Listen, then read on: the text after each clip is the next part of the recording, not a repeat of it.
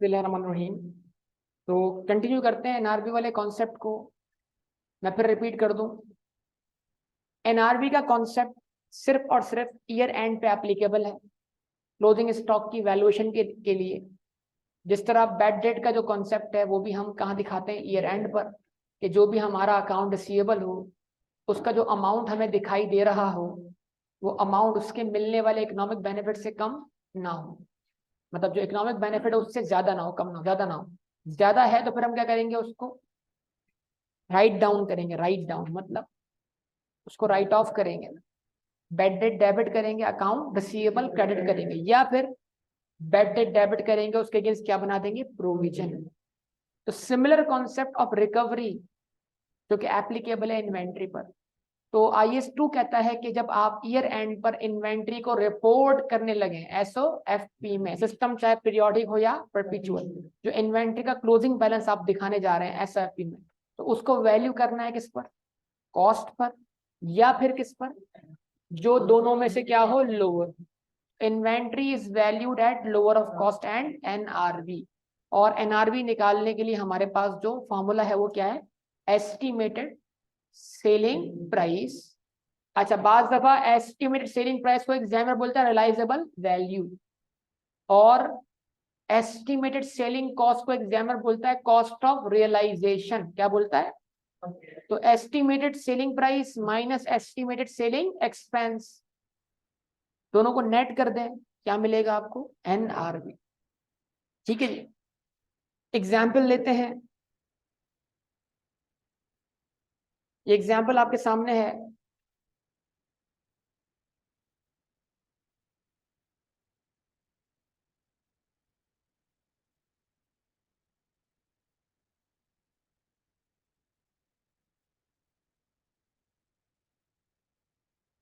Visible अब ये नहीं?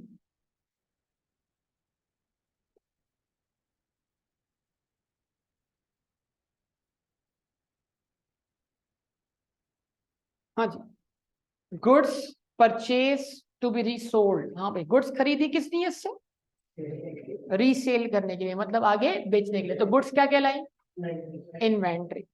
Cost of ₹10,000 have been damage, यानी जो गुड्स आपने खरीदी बेचने की नियत से उनकी कॉस्ट क्या थी, 10,000 रुपए। आइए जरा इसकी अकाउंटिंग समझते हैं।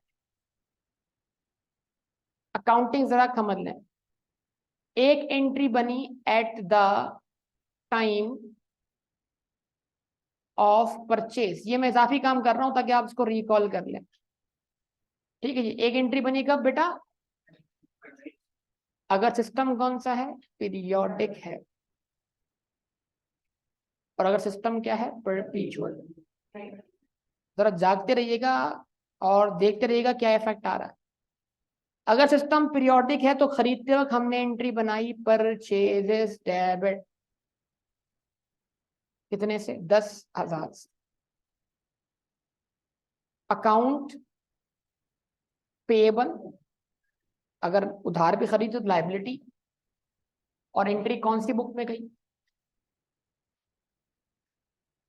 ये एंट्री कौन सी बुक में गई, परचेज डे बुक। उधार क्रेडिट परचेज हम कहाँ रिकॉर्ड करते हैं, purchase day book. Purchase day book से कहाँ गई, परचेज लेजर में, क्रेडिटर अकाउंट की क्रेडिट साइड। फिर उसके बाद परचेज डे बुक का क्या हुआ, टोटल हुआ, और टोटल कहाँ गया, जर्नल लेजर में, परचेज अकाउंट की डेबिट साइड। ये मैं बार बार याद दिला रहा हूँ आपको, ठीक है। अच्छा जी, उसके बाद अगर सिस्टम कौन सा है, परपेचुअल है, तो एंट्री क्या बनी, इन्वेंट्री डेबिट बतौर एसेट, कितने से, 10,000 से। अकाउंट पेएबल क्रेडिट, तो अगर हम सिस्टम परपेचुअल फॉलो कर रहे होंगे तब हम इसको कहाँ रिकॉर्ड करेंगे, परचेज डे बुक। कहाँ रिकॉर्ड करेंगे, एंट्री जाएगी परचेज डे बुक में, वहां से जाएगी कहाँ पर, परचेज लेजर में, क्रेडिटर अकाउंट की क्रेडिट साइड पर। परचेज डे बुक का क्या होगा, टोटल होगा मंथ के एंड पर, और फिर वो बजाय परचेज अकाउंट में डेबिट होने के कहाँ डेबिट होगा, इन्वेंट्री। तो फिर परचेज अकाउंट हट जाएगा, जनरल लेजर में कौन सा अकाउंट होगा, इन्वेंट्री अकाउंट। ठीक है, तो इन्वेंट्री डेबिट हो गई, और अकाउंट पेएबल क्या हो गया, क्रेडिट हो गया। तो एक केस में आपने परचेज को क्या मान लिया, एसेट मान, क्या कहते हैं, एक्सपेंस मान लिया, और दूसरे केस में क्या मान लिया, एसेट मान लिया। अब प्रॉब्लम क्या है, मान लें आपने ये जो एंट्री पास की है, इसके अलावा भी तो आपने गुड्स परचेज की होंगी ना, आवाज नहीं आई।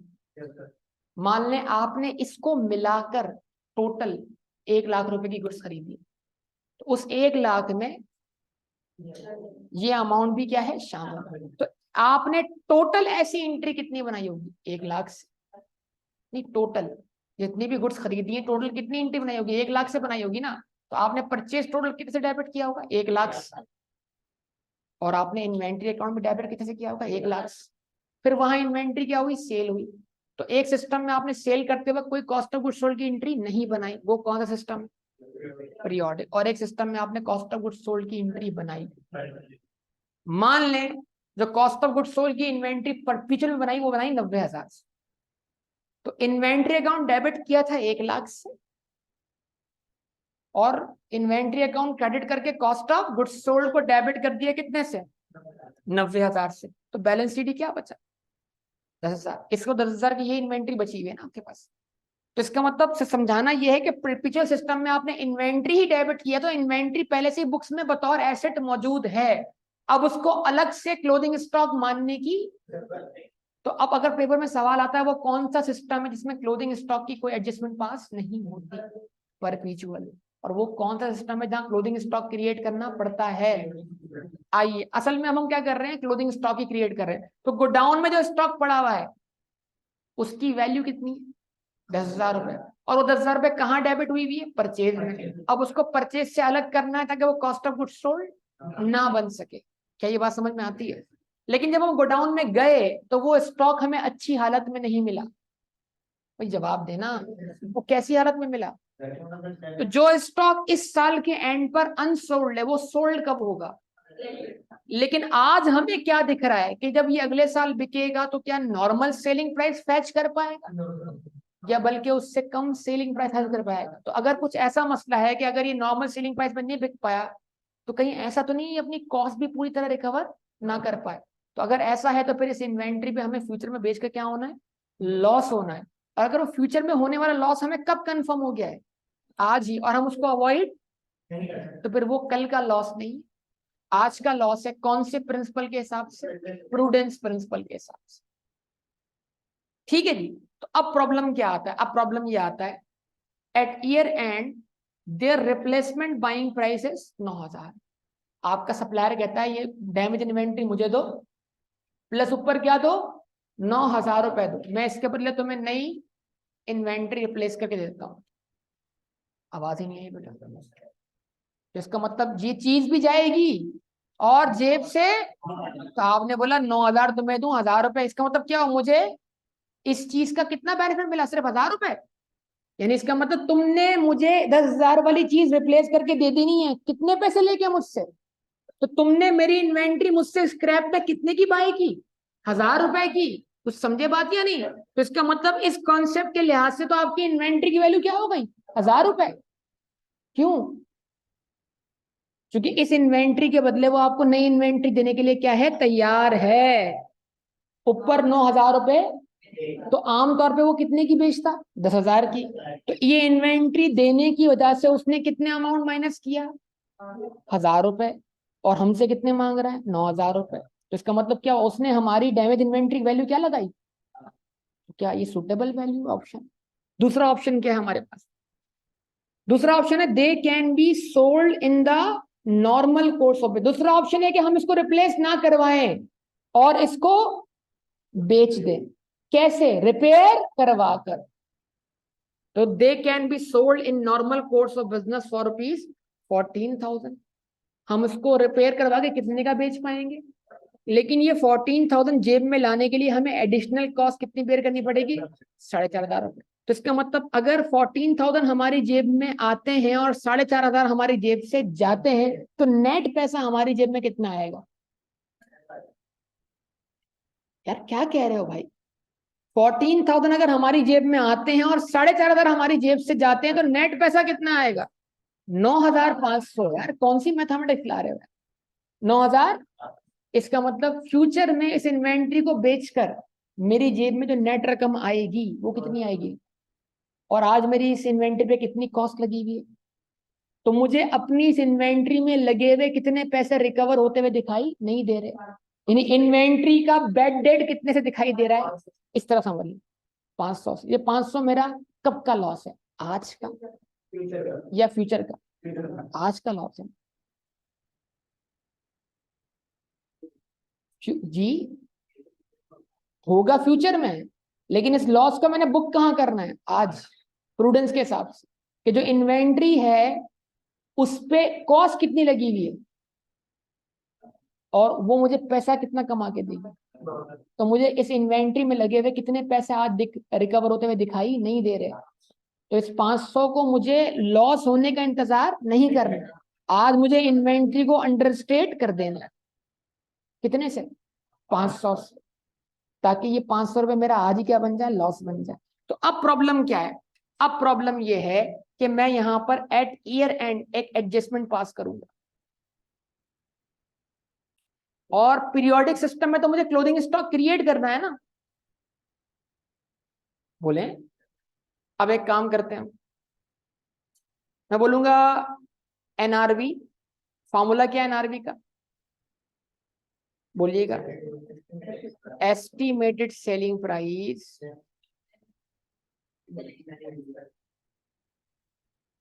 Minus estimated selling expense. Estimated selling price 14,000, बोले बेटा एस्टिमेटेड सेलिंग एक्सपेंस 4,500, एनआरवी क्या है 9,500। अब मेरा सवाल आपसे क्या है, क्लोजिंग स्टॉक की एंट्री या तो बनेगी किस पर, कॉस्ट पर, कॉस्ट कितनी है और एनआरवी कितनी है। तो क्लोजिंग स्टॉक की एंट्री बनाइए, कॉस्ट या एनआरवी जो दोनों में से क्या हो लोअर, क्या लोअर है, तो एंट्री बनी क्लोजिंग स्टॉक डेबिट कितने से, 9,500 से, परचेजेस जिसका इफेक्ट किस पे जाएगा, कॉस्ट ऑफ गुड्स सोल्ड कितने से। अब आप जरा दिमाग चलाइएगा, आपने cost of goods sold calculate करते वक्त जो परचेज ऐड की होगी उसमें इस इन्वेंट्री की कितनी कॉस्ट शामिल होगी, 10,000, और क्लोजिंग स्टॉक के तौर पे उससे अलग भी कितने होना चाहिए था, 10,000, लेकिन नहीं, आपने अलग कितने की, तो इट मीन आपने इस इन्वेंट्री की कॉस्ट के 500 रुपए कहां छोड़ दी, कॉस्ट ऑफ गुड्स सोल्ड।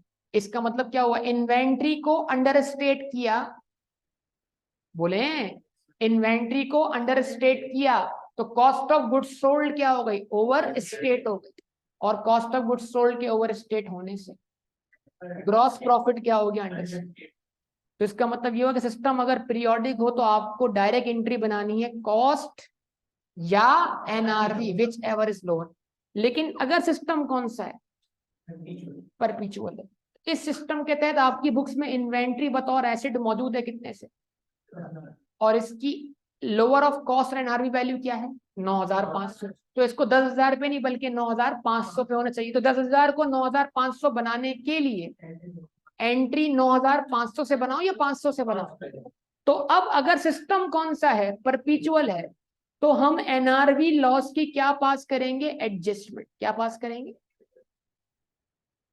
और एडजस्टमेंट क्या होगी बोलिए, इन्वेंट्री अकाउंट जो कि एसेट था उसकी वैल्यू हम कम कर देंगे कितने से, 500 से। तो 10,000 में से 500 निकल गए, बैलेंस सीडी क्या बचा, 9,500। तो एसओएफपी में कितना बैलेंस गया, 9,500, और जो 500 से एसेट की वैल्यू गिराई है वो हम क्या मान रहे हैं, लॉस मान रहे हैं, और उस लॉस को हम कहां ले जाएंगे, कॉस्ट ऑफ गुड्स सोल्ड। तो हम क्या करेंगे भाई, COGS, cost of goods sold debit कितने से, 500 से। सिस्टम का फर्क समझ लें। MCQ आएगा पेपर में, तो वो कौन सी दो चीजें हैं जो पीरियोडिक सिस्टम में रिकॉर्ड नहीं होती, क्लोजिंग स्टॉक होता है, होता है, क्लोजिंग स्टॉक होता है, वो कौन सी दो चीजें हैं जो पीरियोडिक सिस्टम में रिकॉर्ड नहीं होती? वो कौन सी दो चीजें, सोचिएगा। Good, cost of goods sold की कोई डबल एंट्री बनाते नहीं, और एनआरबी लॉस की अलग से कोई एडजस्टमेंट पास नहीं की जाती। क्यों? क्यों जैसे ही हम इन्वेंट्री को चूज करते हैं कॉस्ट या एनआरबी पर, अगर कॉस्ट पे चूज करते परचेज में 10,000 अलग होता तो कॉस्ट ऑफ गुड्स सोल्ड बिल्कुल नॉर्मल आती, लेकिन हमने किस पे चूज किया? तो जब हमने चूज ही एनआरबी पे किया तो हमने इन्वेंट्री को क्लोथिंग स्टॉक क्रिएट करते वक्त 500 से कम पे ही रिकॉर्ड किया। तो जब हमने क्लोथिंग स्टॉक 9,500 पे क्रिएट किया तो परचेज पे इफेक्ट कितने से पड़ा? 9,500 से। हालांकि परचेज में इन्वेंट्री की कॉस्ट कितने से मौजूद थी? 10,000 से। तो 500 रुपए कहाँ रह गए? Cost of goods sold. तो हम ये बोलना चाहते हैं कि पीरियोडिक सिस्टम में हमें एनआरबी लॉस की अलहदा से कोई एडजस्टमेंट पास, वो क्लोथिंग स्टॉक की एंट्री बनते वक्त ही क्या हो चुका होता है? एडजस्ट हो चुका है। तो वो कौन सी दो चीजें हैं जो पीरियोडिक सिस्टम में रिकॉर्ड नहीं होती? एक, कॉस्ट ऑफ गुड्स सोल्ड की कोई डबल एंट्री नहीं बनती, दूसरा एनआरबी लॉस की कोई एडजस्टमेंट नहीं बनती। ठीक है, अच्छा, अब वो कौन सी दो चीजें हैं, या वो अभी तो फिलहाल वो कौन सी एक चीज है, कौन सी एक चीज है जो परपेचुअल सिस्टम में रिकॉर्ड नहीं? क्लोथिंग स्टॉक की एडजस्टमेंट। लेकिन वो कौन सी चीज है जो परपेचुअल सिस्टम में रिकॉर्ड करनी पड़ती है? कॉस्ट ऑफ गुड्स सोल्ड की भी एंट्री बनानी पड़ती है, और एनआरवी लॉस की भी क्या बनानी पड़ेगी? एडजस्टमेंट। ये आपको बार बार प्रैक्टिस करने से याद रहेंगी चीजें, जब आप इन दोनों का कंपैरिजन करते हुए प्रैक्टिस करें।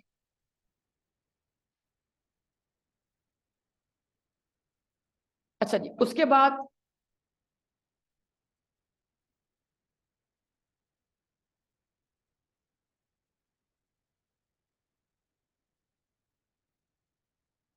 ये एग्जाम्पल आपके सामने अगली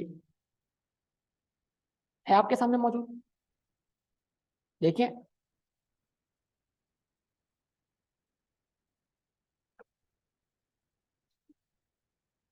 Chintu company deals in two products. Chintu company क्या करती है भाई? दो प्रोडक्ट्स में डील करती है, namely product A and product B. The details related to each product is as follows. At 31st December 2001, Chintu company had 100,000 units of product A with carrying amount of rupees 400,000। मतलब यार आप सुनेंगे इसको, अगर आप नहीं सुनेंगे बात नहीं बनेगी। ये 100,000 का मतलब क्या हुआ? जब वो गोडाउन गया, प्रैक्टिकल बात कर रहा हूं, जब वो गोडाउन गया तो प्रोडक्ट ए के कितने यूनिट पड़े हुए थे, और उसने उसको कॉस्ट पे वैल्यू किया कितने पर? 4 लाख। इसका मतलब उसने एक यूनिट कितने का वैल्यू किया? 4 रुपए का। इसका मतलब प्रैक्टिकली ये हो रहा है कि वो गोडाउन जा रहा है, 1 लाख की गिनती कर रहा है, और हर यूनिट को कितने कॉस्ट से 4 रुपए से मल्टीप्लाई कर रहा है। तो 1 लाख इंटू 4, 4 लाख। आगे बढ़ते हैं। Of this 20,000 units had been set aside for XYZ limited in terms of a firm sales at a commitment of ₹6 per unit. क्या मतलब? 1 लाख में से 20,000 यूनिट हमने अलग करके रखे हुए हैं, जिससे हमें क्या मिला हुआ है? ऑर्डर मिला हुआ है।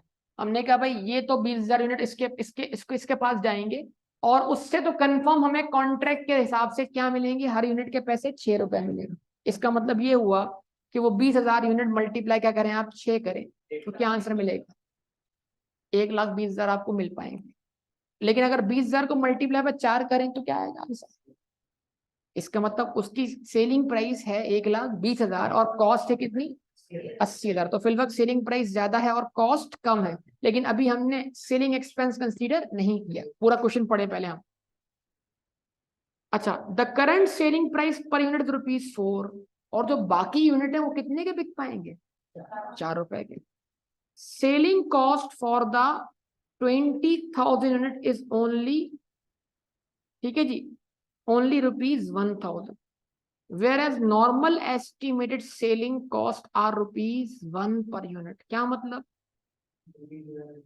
क्या कहा उसने? सेलिंग कॉस्ट है 20,000 यूनिट की, कितनी? 1000। यानी उन 20,000 यूनिट को बेचने पे जो आपका खर्चा आएगा वो कितना आएगा? 1000 आएगा। आमतौर पर बाकी यूनिट्स को बेचने पे कितना खर्चा आता है? 1 पर यूनिट। तो अगर आप 1,20,000 की सेलिंग प्राइस में से 1000 रुपए का सेलिंग एक्सपेंस अगर क्या कर ले, माइनस कर ले, तो आंसर क्या आएगा? 1,19,000। 1,19,000 उनकी क्या बन गई? एनआरवी। यस और नो? और 80,000 क्या बन गई? कॉस्ट। तो उन 20,000 यूनिट्स को आपको किस पे वैल्यू करना चाहिए? Cost per. लेकिन जो रिमेनिंग 80,000 यूनिट पड़े हुए हैं आपके पास, क्या करें उसका? उनकी सेलिंग प्राइस क्या है? 4 रुपए। लेकिन सेलिंग एक्सपेंस कितना करना पड़ेगा? 1 रुपया। तो इन्वेंट्री बिककर नेट कितना पैसा जेब में आएगा? 3 रुपए। तो एनआरवी कितनी है? 3 रुपए पर यूनिट। और कॉस्ट कितनी है? 4 रुपए पर यूनिट। तो इस स्टॉक को किस पे वैल्यू करें? कॉस्ट पर या एनआरवी पर? आप जवाब दें मुझे फिर एमआरवी। चले आइए इसको थोड़ा सा सिंपल करते हैं। पहले यहां लिख रहा हूं मैं, प्रोडक्ट ए, इधर लिखा मैंने 20,000 यूनिट्स। क्या लिखा? और इधर लिख दिया मैंने क्या? 80,000 यूनिट्स। ठीक है जी। इधर लिख रहा हूं मैं कॉस्ट, इधर लिख रहा हूं मैं एनआरवी, और इधर लिख रहा हूं मैं लोअर ऑफ कॉस्ट और एनआरवी।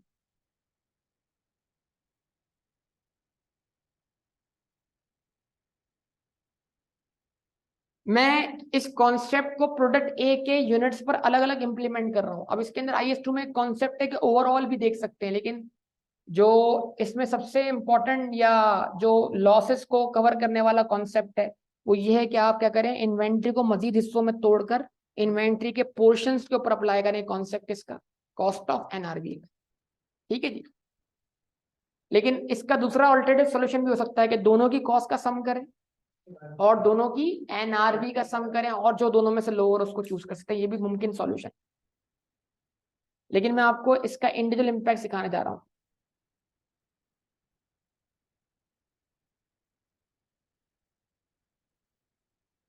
इस तरह की वर्किंग करनी पड़ेगी आपको ताकि आप समझ सकें आप कर क्या रहे हैं। अच्छा जी, अब एक काम करते हैं, वर्किंग फॉर कॉस्ट करते हैं। कॉस्ट निकालते हैं कितने यूनिट्स की? 20,000 यूनिट्स की। 20,000 यूनिट्स को मल्टीप्लाई बाय 4 कर दीजिए। क्या आंसर आएगा? 80,000। पक्का? यहां लिख दिया आपने 80,000।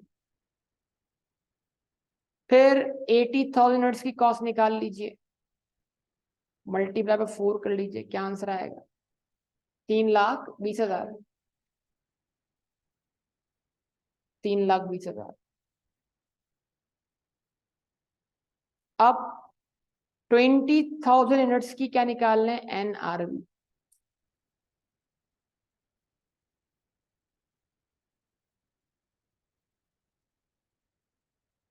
फॉर 20,000 यूनिट्स, 20,000 यूनिट्स की एनआरवी निकाल रहे हैं हम। तो एस्टिमेटेड सेलिंग प्राइस बताएंगे आप? 20,000 मल्टीप्लाइड बाय 6, 1,20,000। लेस करवा दिया आपने इसमें से क्या? एस्टिमेटेड सेलिंग एक्सपेंस, और वो कितना है? 1,000 रुपए। तो क्या आंसर आ गया एनआरवी का? बोले?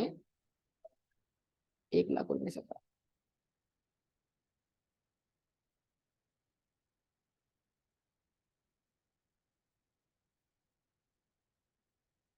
अब बताइए इन 20,000 यूनिट्स की कॉस्ट क्या है? सबसे पूछ रहा हूं बेटा आप सबसे, इन 20,000 यूनिट्स की कॉस्ट क्या है? और इन 20,000 यूनिट्स की एनआरवी क्या है? इनको किस पे वैल्यू करें? कॉस्ट के ऊपर। इट मीन्स दैट इसको मैंने वैल्यू किया किस पर? Cost per. ठीक। अच्छा जी, उसके बाद लिखूंगा मैं फॉर 80,000 यूनिट्स, 80,000 यूनिट्स। बताइए estimated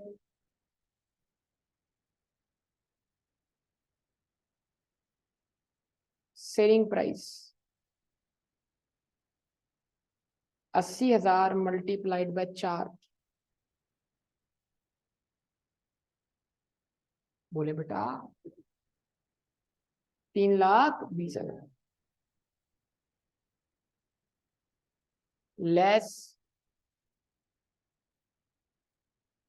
estimated selling expense. 80,000 units पे, हर यूनिट पे बेचने के लिए कितना खर्चा करना पड़ेगा? 1 रुपए। आंसर क्या आएगा? 80,000। तो 3,20,000 माइनस 80,000, 2,40,000।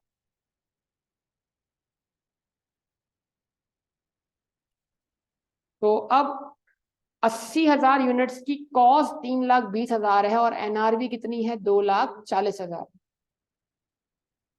जवाब दें। तो लोअर क्या आ रहा है? 2,40,000।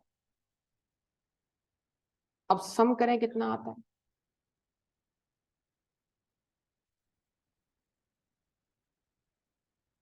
3,20,000 और यहां पर कॉस्ट क्या आती है? सम 4,00,000। अब समझ लें बात को, दोबारा सिस्टम सोचें। सिस्टम सिस्टम सिस्टम खरीदते वक्त का सोचें, फिर क्लोजिंग स्टॉक बनते वक्त सोचें। बात खुद ब खुद समझ में आएगी। खरीदते वक्त आपने इस इन्वेंट्री को कितने का बाय किया? इतने का ना। तो मान लें ये 4,00,000 रुपए कहाँ मौजूद है? परचेजेस में मौजूद है। और परचेज को आपने कहाँ ऐड कर दिया है? एसओसीआई में, कॉस्ट ऑफ गुड सोल्ड बनाने के लिए। अब अगर आप परचेजेस में से क्लोजिंग स्टॉक बजाय 4,00,000 के 3,20,000 से लेस करवाते हैं तो परचेज में मौजूद 80,000 रुपए कहाँ रह गए? Cost of good sold. और क्लोजिंग स्टॉक कितने पे क्रिएट हुआ? 3,20,000। तो इन्वेंट्री 80,000 से क्या हो गई? अंडर स्टेट हो गई, जिसकी वजह से कॉस्ट ऑफ गुड सोल्ड 20,000 से क्या हो गई? ओवर स्टेट हो गई। ये सिस्टम कौन सा है? पीरियोडिक है। अगर बात करें किसकी?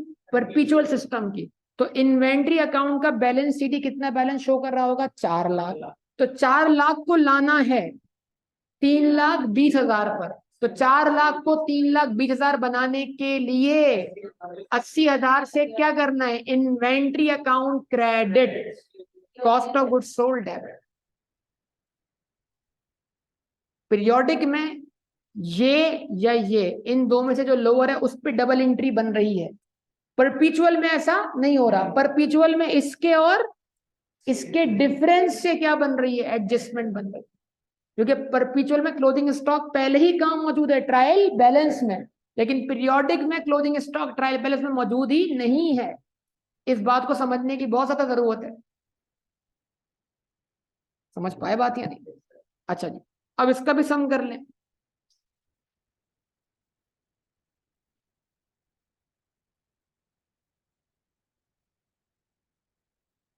Three hundred. अच्छा, अब बाज लोग क्या करते हैं? With in the same product उसको बाइफरकेट करके उसके ऊपर अलग अलग अप्लाई नहीं कर रहे होते। सेम प्रोडक्ट की कॉस्ट का सम देखते हैं और सेम प्रोडक्ट की एनआरवी का सम देखते हैं। जो लोअर होता है उस पर एंट्री बना लेते हैं। उसमें एक चांस है कि जी उसका कोई स्पेसिफिक किस्म का लॉस जो है ना, वो दूसरे प्रॉफिट से क्या हो जाए? छुप जाए, एब्जॉर्ब हो जाए। अब देखिए, अगर मैं इस कॉलम को कंसीडर करता हूं टोटल कॉस्ट और इस कॉलम को कंसीडर करता हूं टोटल एनआरवी, तो मुझे इन दोनों कॉलम में से लोअर क्या देख रहा है? एनआरवी। तो मैंने पूरी इन्वेंट्री को किस पे वैल्यू किया? एनआरवी पर। तो इससे क्या फायदा हुआ? लॉस कम आ रहा है। इससे क्या फायदा हुआ, लेकिन एक इन्वेंट्री का जो स्पेसिफिक लॉस है वो क्या हो गया, छुप रहा है, क्योंकि इसमें लॉस ज्यादा है। आपको 3,20,000 की चीज आपको कितनी रियलाइज हो रही है, 2 लाख, उस पर आपको खुल के कितना लॉस हो रहा है, 80,000 का। तो जो मैंने यहां रिफ्लेक्ट किया है उसमें जब मैं इन्वेंट्री वैल्यू कर रहा हूं कितने पे कर रहा हूं, 3,20,000 पर, यानी कॉस्ट से 80,000 कम पर। तो असल में वो 80,000 रुपए किसका लॉस है, इन 80,000 यूनिट्स का लॉस। तो इस सिचुएशन में जब मैं अलग अलग कर रहा हूं तो फिर एग्जैक्टली वही लॉस रिफ्लेक्ट हो रहा है जिन यूनिट्स पे मुझे क्या हो रहा है, लॉस हो रहा है। वरना अगर मैं इस तरह करता हूं 4 लाख और, तो इससे ये हो रहा है कि एक का ज्यादा प्रॉफिट दूसरे के ज्यादा लॉस से आपस में क्या हो रहा है, कंपनसेट हो रहा है। ये भी गलत नहीं है, IS2 इस बात की परमिशन देता है, ठीक है, ऐसा करना भी बिल्कुल ठीक है, IS2 के हिसाब से बिल्कुल ठीक। हाँ, लेकिन प्रोडक्ट वाइज नहीं करेंगे आप। विद इन प्रोडक्ट ए आप ऐसा कर सकते हैं, लेकिन प्रोडक्ट बी के साथ और ए के साथ मिलाकर आप ऐसा नहीं कर सकते, ठीक है जी। तो अब ऐसा भी हो सकता है, या तो एंट्री बनेगी 4 लाख पर या 3,59,000 पर, विच एवर इज लोअर, या फिर आप जिस तरह मैंने किया उससे क्या होगा, एग्जैक्ट जो लॉस आना है ना वो लॉस क्या होगा, रिफ्लेक्ट होगा, उसके अंदर किसी भी किस्म की कोई बात छुप नहीं सकती। लेकिन इसमें चांस है कि कोई बात क्या हो जाए, छुप जाए, ठीक है। ये मैंने आपके सामने इस तरह आप जब लिखेंगे तो आपसे क्वेश्चन सॉल्व हो जाएंगे। Inventory is valued at lower of cost and NRV. Depend करता है आपके पास ऑप्शन क्या दिया गया है, ऑप्शन के हिसाब से आप चूज कर लें। अभी आई कैप में ये वाला भी ऑप्शन आपको मिलेगा, कौन सा वाला, इन दोनों में से लोअर। लेकिन फिर जाहिर सी बात है आई कैप दो चीजों को एक साथ नहीं कंसीडर करेगा, दो में से किसी एक। लेकिन एग्जैक्ट लॉस वाला ऑप्शन वो है जो बारीकी के साथ लॉस दिखा रहा है।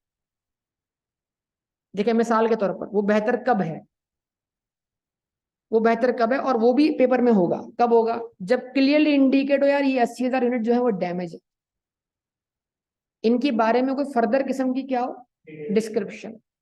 अभी इस क्वेश्चन में इन 20 और 80,000 के बारे में फर्क नहीं बताया गया, सिवाय इसके कि वो 20,000 को बेचने का क्या मौजूद है, कॉन्ट्रैक्ट, और ये 80,000 को बेचने का कोई कॉन्ट्रैक्ट मौजूद नहीं। इनका डैमेज होना बताया नहीं बताया, लेकिन अगर इनका डैमेज होना बताया गया होता ना तो हम फिर स्पेसिफिकली क्या करते हैं, उस लॉस को एलोकेट कर रहे हो, ठीक। दूसरा केस क्या बना है इसका, दूसरा केस आप कर सकते हैं सॉल्व प्रोडक्ट बी के हवाले से।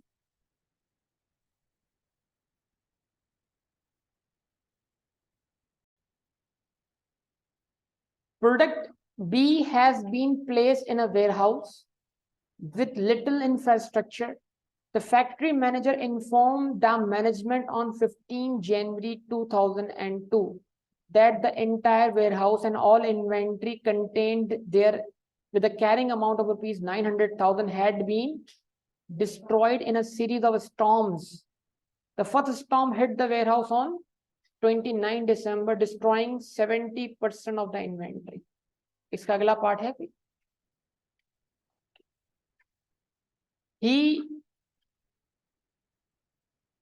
He explained that the remaining inventory was quickly moved to higher ground, but flood waters from a second storm on 5th January 2002 destroyed this too. He estimates that the entire inventory will be saleable as a scrap for rupees 100,000. Cost to sell the entire inventory as a scrap is estimated at rupees 1,000. The normal sales value of the entire inventory would have been rupees 1.5 million and the selling cost would have been 10% thereof. क्या मतलब भाई इस बात का, जितनी भी inventory बची है वो कितने की बिक पाएगी, 1,00,000 रुपए की, और बेचने के लिए कितना खर्चा करना पड़ेगा, 1,000। इसका मतलब उसकी एनआरवी कितनी, 99,000। 9,00,000 रुपए उस इन्वेंट्री की क्या है, कॉस्ट है, और 99,000 क्या है उसकी एनआरवी। तो समझ पाए बात या नहीं, इसका मतलब क्या हुआ। अब कॉस्ट इसमें दो पोर्शन है, एक हिस्सा है 9,00,000 कॉस्ट है। अगर हमारा ईयर एंड जो है वो क्या है 31 दिसंबर, तो 31 दिसंबर तक हमारी 70% इन्वेंट्री तो डिस्ट्रॉय हो चुकी है। तो बची कितनी इन्वेंट्री? 30%। तो 30% इन्वेंट्री क्या है? क्या वैल्यू है 30% इन्वेंट्री? 2,70,000। ये उसकी कॉस्ट है 30% इन्वेंट्री। ऐसा है कि नहीं? अगर हम यहाँ पे रुक जाएं, कहाँ पे रुक जाएं? ईयर एंड पे रुक जाएं। अगर ईयर एंड तक का सोचें, 29 दिसंबर तक का, ठीक है जी। लेकिन जो बाकी लॉस हुआ है वो हमें कब हुआ है? ईयर एंड के बाद हुआ। तो अगर इन्वेंट्री की वैल्यू ईयर एंड तक गिर चुकी थी, ये हमें आज पता है, और बिकेगी कब? फ्यूचर में कम वैल्यू पर, ठीक है। तो फिर हमें जाहिर सी बात है उतने लॉस को कंसीडर करना है जो कहां तक हुआ है? ईयर एंड तक। और जो लॉस ईयर एंड के बाद हुआ है, हमें उस लॉस को फिर अगले अकाउंटिंग पीरियड में कंसीडर करना चाहिए। तो कितना लॉस ईयर एंड तक हुआ है? 70%। तो अब 70% इन्वेंट्री अगर महफूज थी, तो सोचिए जरा। तो the first storm hit the warehouse on 29 December, destroying 70% of inventory. He explained that remaining inventory was quickly moved to higher ground, but flood waters from the second storm on 5th January town to destroy this too. He estimates that the entire inventory will be saleable as a scrap for ₹100,000. लेकिन ये जो है ना, ये year and के बाद की situation है। ईयर एंड पर सिचुएशन जो है वो हमें कंसीडर करनी, क्योंकि ईयर एंड तक 30% इन्वेंट्री महफूज है कि नहीं है? सही है। तो 30% इन्वेंट्री जो ईयर एंड में महफूज है, उसकी कॉस्ट निकाल लीजिए आप, कितनी बनती? 2,70,000। अच्छा जी। और उसकी नॉर्मल सेलिंग प्राइस क्या बनती? 15 लाख। 15 लाख का आप निकाल लें कितना? 30% कितना बनेगा? 4,50,000। और उसका निकाल लें मतलब फिर 90%, मतलब 10% से नेट ऑफ करवा दें सेलिंग प्राइस के तौर पर।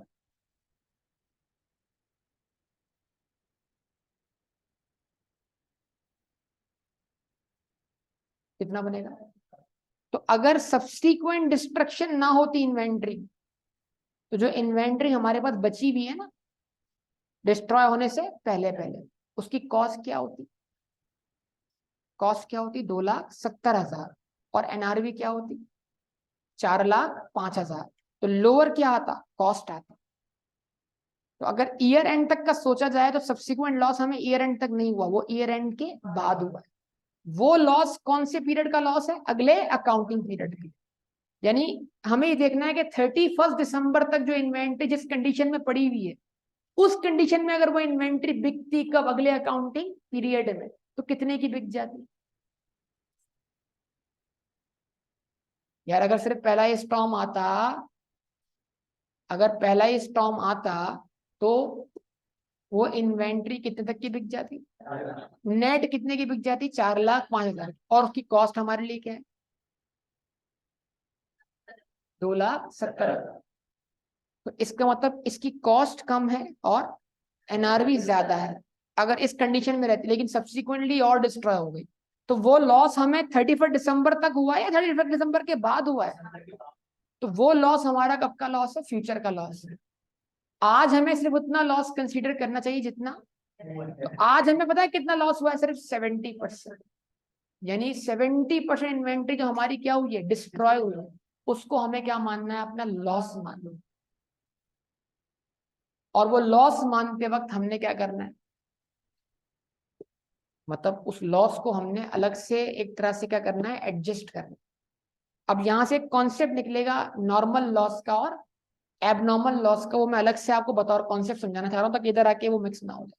लेकिन बहरहाल अगर सिर्फ ये पूछा जाए ना आपसे कि 30% जो इन्वेंट्री बची है, उसको आप किस पे वैल्यू करेंगे? कॉस्ट पर या एनआरवी पर? तो फिर किस पे वैल्यू करें? Cost per. क्यों? क्योंकि उसकी कॉस्ट कम है और एनआरवी ज्यादा है।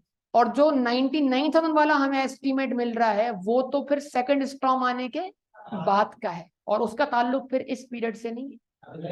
अगर वो स्टॉर्म इसी अकाउंटिंग पीरियड में आ चुका होता, कब?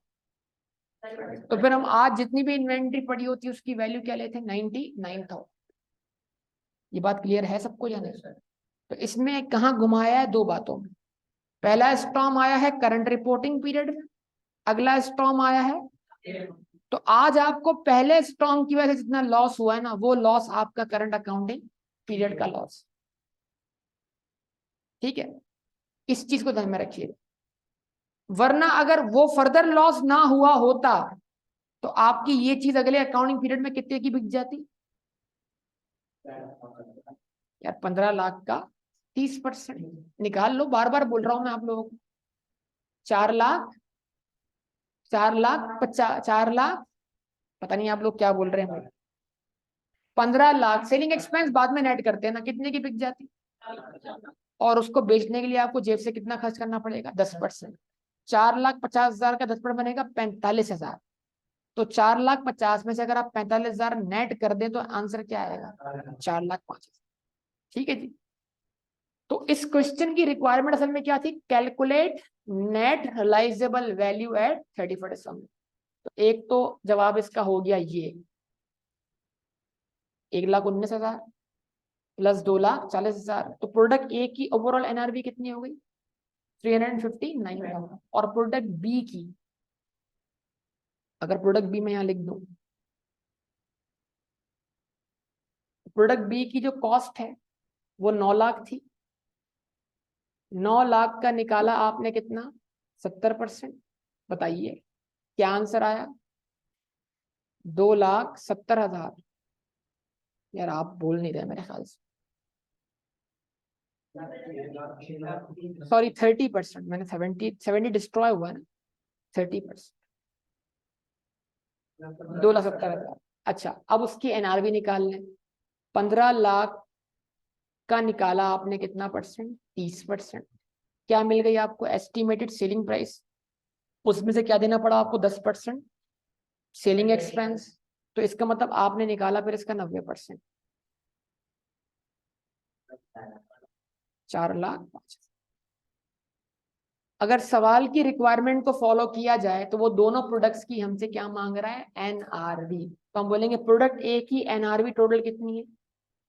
359,000। और प्रोडक्ट बी की कितनी है? 4,05,000। कौन सी डेट पर?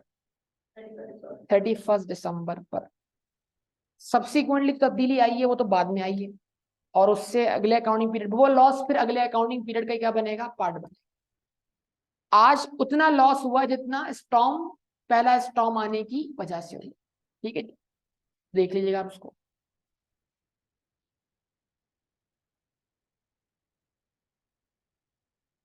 दूसरा केस क्या बनेगा आपके पास? हाँ जी, next one is what? HM has following, कोई मसला? 70%। क्या मतलब? उसकी एनआरवी क्या है? डिस्ट्रॉयड है वो, तो लिखा हुआ है, कोई एनआरवी दी हुई है इसमें? फिर या तो मैंने गलत रीड किया इसको।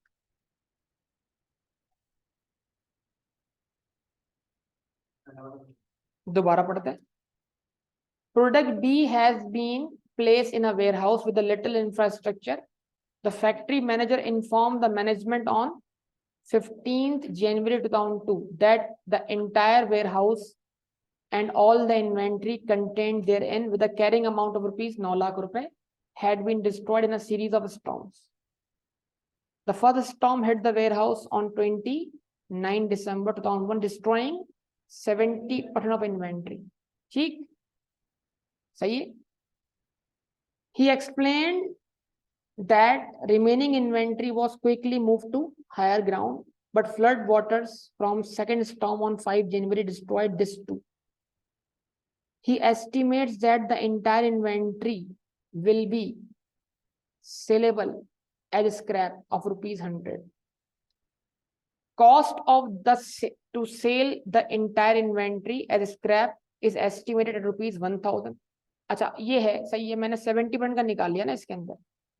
अच्छा ये है कि जो रिमेनिंग अमाउंट है उसको भी आप निकाल लें। 1 लाख अगर ये सारी इन्वेंट्री स्क्रैप होती, जैसे अगर ये पूरी डिस्ट्रॉय होती तो सारी क्या होती, स्क्रैप होती। कितने में स्क्रैप होती, 1 लाख में। तो अब 1 लाख का निकालें अब क्या, इट मीन्स 31 दिसंबर तक 1 लाख का क्या आएगा, 70% आएगा। क्या आएगा, 70,000। और उसके बाद इसको बेचने के लिए आपको खर्चा कितना करना पड़ेगा, 1000 रुपए। Cost to sell the inventory scrap is estimated ₹1000। यानी आप इस एक काम करें ना, बस एक काम करते ना, नेट अमाउंट निकालें, 1 लाख माइनस 1000 और इसका निकाल लें 70%।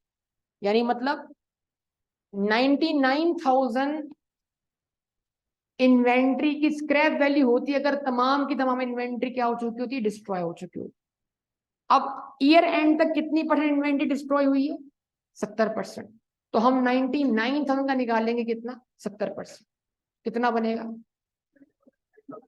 वो इसमें प्लस करवा दो।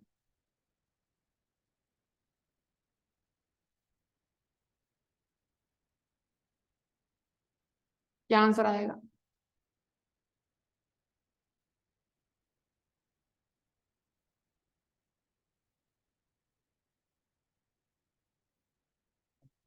हाँ।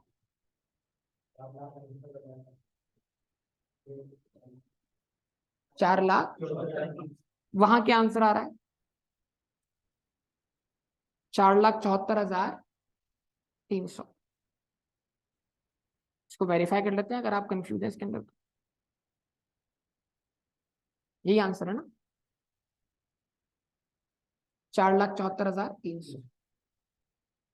क्लियर है ये बात आप लोगों को या नहीं, दोबारा चाहें तो भाई एक काम कर लेते हैं, दोबारा समझ लेते हैं इसको, अगर कंफ्यूजन है तो। जरा देखिएगा, समझो दरकार है। कॉस्ट ऑफ इन्वेंट्री कितनी बेटा, 9 लाख। फिर देख लें जरा इसको, मैं दोबारा से बना देता हूँ आपके सामने। 70% किस कंडीशन में है, डिस्ट्रॉइड। कब, ईयर एंड तक। और 30% वॉज इन गुड कंडीशन। ठीक है जी, कब, ईयर एंड पर। इसका मतलब 30% ईयर एंड तक बिक पाएगी नॉर्मल सेलिंग प्राइस पर, और 70% बिक पाएगी किस पर, स्क्रैप पर। दोबारा मैं अब एक काम कर, जैसा मैंने प्रोडक्ट ए का बना के दिखाया वैसे मैं प्रोडक्ट बी का बना के दिखाता हूँ। Product B, cost, NRV, lower of cost and NRV.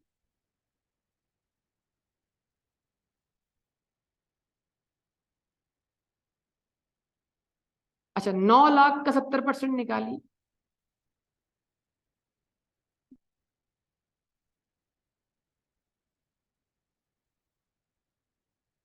6 lakh, कितना, 30,000,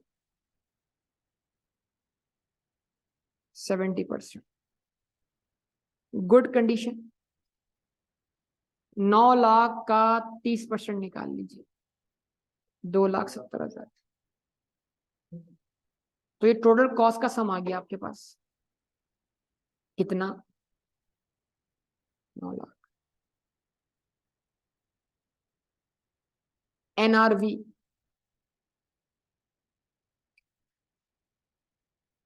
अब एनआरवी ऑफ डिस्ट्रॉयड गुड्स,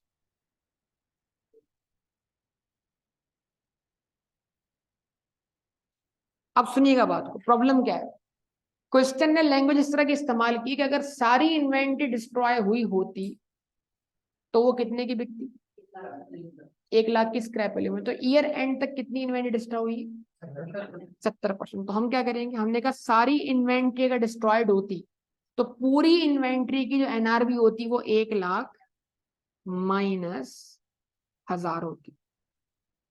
तो अगर ओवरऑल 100% इन्वेंट्री डिस्ट्रॉयड होती तो फिर सारी इन्वेंट्री एनआरवी क्या होती, 99,000। लेकिन 31 दिसंबर तक कितनी इन्वेंट्री डिस्ट्रॉयड है, तो हमने निकाल लिया इसका 70%। क्या आंसर है? 69,000, 69,300। ठीक।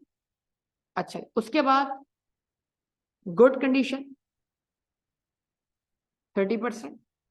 गुड कंडीशन में जो इन्वेंट्री है उसकी एनआरवी जो है वो नॉर्मल सेलिंग प्राइस फैच करेगी। वो कितनी है? 15 लाख। अब ये 15 लाख क्या है? अगर ये 9 लाख की इन्वेंट्री सारी की सारी क्या होती, गुड कंडीशन में होती, तो कितने पैसे कमा पाते हैं? 15 लाख। लेकिन क्या सारी इन्वेंट्री गुड कंडीशन में, या इसका 30%? तो इसको मल्टीप्लाई करेंगे आप कितने से? तो 30% इन्वेंट्री की क्या मिल जाएगी? Normal selling price. लेकिन उस सेलिंग प्राइस का 10% आपको खर्च करना पड़ेगा फॉर व्हाट? सेलिंग एक्सपेंस के तौर पर। तो आप इसको डायरेक्ट मल्टीप्लाई कर दें 0.9 से। मतलब अगर आप हर वैल्यू का 10% निकाल दें तो बचेगा उसका क्या? 90%। डायरेक्ट जम नहीं कर पा रहा तो मैं अलग अलग कैलकुलेट करता हूँ, अलग अलग कर दूं। कितना आंसर आया? 4 लाख।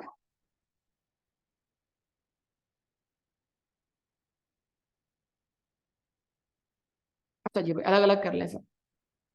एस्टिमेटेड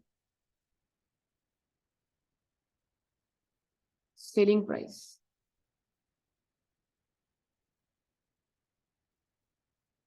1,500,000 का 30% कितना? 4,50,000। लेस करवा दें क्या? एस्टिमेटेड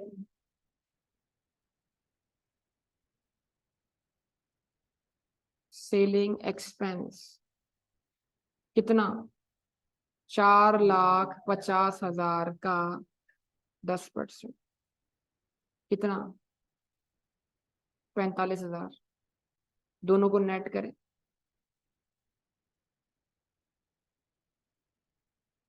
क्या आंसर आएगा? 4,05,000। ये मिल जाएगी आपको एनआरवी। अब जाहिर सी बात है, आपने जब इसी वैल्यू का 10% निकाल के इसमें से क्या करना है? माइनस करना है। तो मतलब अगर इस ये वैल्यू क्या हुई आपके लिए? 100%। किसके लिए 100%? 45,000 के लिए, ना कि 15 लाख के लिए। ठीक है। और उसमें से आपने इसका 10% क्या कर दिया, तो बचा कितना? तो मैंने डायरेक्ट क्या किया, 15 लाख का निकाला 30%, उसका निकाल लिया 10%, बचा कितना उसका? 90%। डायरेक्ट आंसर आएगा। ठीक। 4,05,000 ये एनआरवी हो गई। सम कर दें।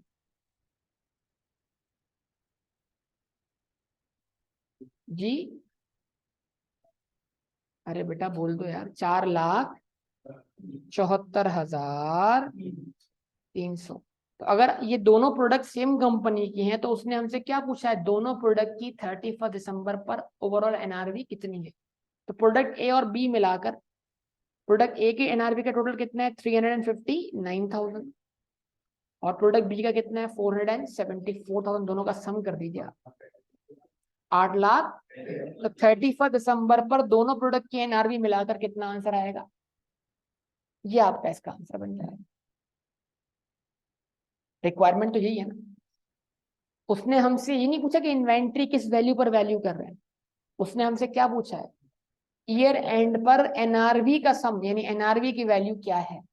कैलकुलेशन मांगी जैसे हमसे। अच्छा, अगर वैल्यूएशन की बात कर लें तो जरा बताइए, इसको आप किस पे वैल्यू करेंगे? कॉस्ट या एनआरवी पर?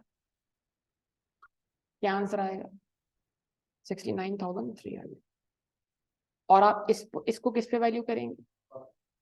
किस पर? Cost per.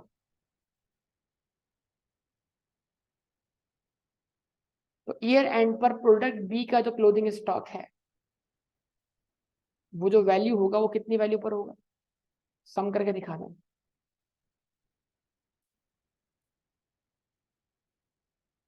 3,39,000, 3,39,300। अगर आप ईयर एंड पर पीरियोडिक सिस्टम फॉलो कर रहे हैं तो आप प्रोडक्ट बी की क्लोथिंग स्टॉक की एंट्री कितने से बना रहे हैं? 3,39,300। और प्रैक्टिकली आप ये दो एंट्री नहीं बना रहे, आप एक ही एंट्री बना रहे हैं। मतलब 3,20,000 प्रोडक्ट ए के क्लोजिंग स्टॉक की वैल्यू, 339,300 प्रोडक्ट, दोनों का सम कर दें। तो फिर आप ओवरऑल जो क्लोजिंग स्टॉक की एंट्री बनाएंगे वो इन दोनों के सम पे बनाएंगे, 659,300 पर। और अगर सिस्टम कौन सा फॉलो कर रहे हैं तो इसका बैलेंस शीट कितने में मौजूद है, 9 लाख पर। तो इसको 9 लाख से रिड्यूस करके कहाँ लाना है, तो कितने से एडजस्टमेंट बनेगी, 5,60,000। और प्रोडक्ट ए वाले केस में इसको 4 लाख से कहाँ लाना है, 3,20,000 पर। उसकी एडजस्टमेंट कितने से बनेगी, 80,000। 80,000 प्रोडक्ट ए की एडजस्टमेंट, उसके साथ साथ 5,60,700 किसकी एडजस्टमेंट, प्रोडक्ट बी की एडजस्टमेंट। तो ये मैंने ओवरऑल इसमें वो बातें भी आपको बता दी हैं जो इसमें मांगी नहीं गई। ठीक,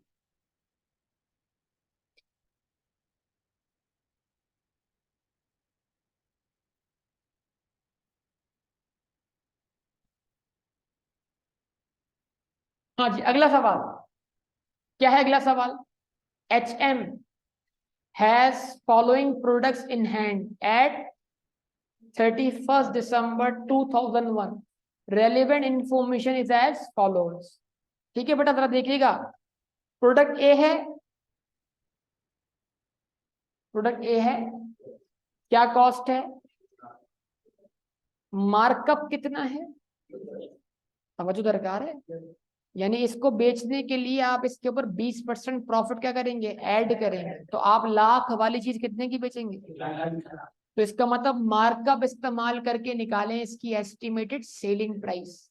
तो इस 1 लाख को आप किससे मल्टीप्लाई करवाएंगे, 1.2 से या 0.8 से,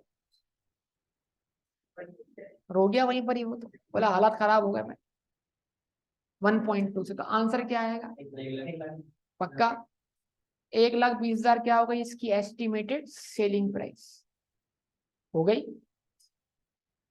अच्छा, यहां क्या लिखा हुआ है, एस्टिमेटेड सेलिंग कॉस्ट, यानी इसको बेचने की कॉस्ट क्या है, 5% है। ठीक है जी, सेलिंग प्राइस का क्या है, 5% है। तो इसका मतलब क्या हुआ, 1,20,000 का 5%। अच्छा, उसके बाद क्या लिखा हुआ है, estimated cost to complete sales, estimated cost to complete sale. और आगे क्या लिखा हुआ है, ratio of credit sale based on past experience. अच्छा जी, तो इसमें आपको कुछ चीजें बढ़ाकर दी गई, मतलब यानी कि आप जो गुड्स बेचते हैं उसका 60% जो होता है वो उधार होता है और 40% जो है वो कैश सेल होता है। तो याद रखिएगा, एनआरबी का ताल्लुक जो है वो इन्वेंट्री की सेलिंग वैल्यू से, एनआरबी का ताल्लुक उसके पैसों की रिकवरी से नहीं है। रिकवरी का ताल्लुक, बैड डेट का ताल्लुक अकाउंट रिसीवेबल से, इन्वेंट्री से। ठीक है, तो जो आगे दिखा हुआ ना, रिकवरी कॉस्ट है 1% और जो बैड डेट एक्सपेंस है कितना, 5%, ये आप कंसीडर नहीं कर रहे हो। ठीक है, और estimated cost to complete sale का मतलब यहां पर ये है कि या तो ये काम आती है एनआरबी निकालने के, कब, जब आपका जो ना इन्वेंट्री वो क्या हो, रॉ मटेरियल है, यानी उसमें हम रॉ मटेरियल या वर्क इन प्रोसेस की एनआरबी निकालने के लिए हम क्या करेंगे, एस्टिमेटेड कॉस्ट ऑफ कंप्लीशन लेंगे। लेकिन अगर ये फिनिश गुड है तो फिर हमें उसमें एस्टिमेटेड कॉस्ट ऑफ कंप्लीशन लेने की जरूरत नहीं। ठीक है जी, अब आप क्या करें भाई, आप निकालें इसको सिंपल किस तरीके से, 1 लाख का निकालें आप, क्या निकाला 20%, मतलब 1 लाख मल्टीप्लाई बाय उसका 1 लाख भी और उसका 20% कितना आया, फिर इसका 5% क्या है, सेलिंग एक्सपेंस है। तो 95% क्या हो गई इसकी एनआरवी। कितना आंसर आ रहा है, 1 लाख। तो 1,14,000 और 1 लाख लोअर क्या है आपके पास, 1 लाख। 2,70,000 कॉस्ट है, किस चीज के लिए इसलिए शामिल करें बताइए? मतलब estimated cost to complete sales,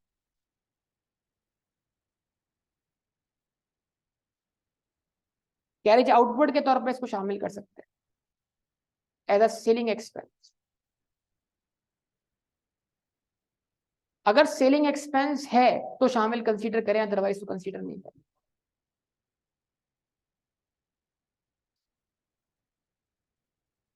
हाँ, कॉस्ट टू कंप्लीट सेल है, इस रेफरेंस से इसको देख कंसीडर करते हैं, देखते हैं। तो 1,00,000 का आप निकालें क्या? पहले तो आप निकालें क्या, पहले तो आप इसकी सेलिंग प्राइस निकालें। क्या निकाली है आपने? 1,20,000, ठीक है जी। और फिर 1,20,000 का निकाला आपने 5%, वो आ गया आपके पास। अच्छा, अब 1,00,000 का 15% क्या बनेगा? 15,000। क्या करें, जो रिमेनिंग अमाउंट है वो भी उसमें से माइनस करके देखें। अगर ये कैरेज आउटपुट है, लेकिन क्योंकि यहाँ पर क्लियरली लिखा हुआ है एस्टिमेटेड सेलिंग कॉस्ट, मुझे नहीं लगता ये अमाउंट जो है इसका पार्ट बन सके, क्योंकि सेलिंग एक्सपेंस ही इसमें शामिल हो।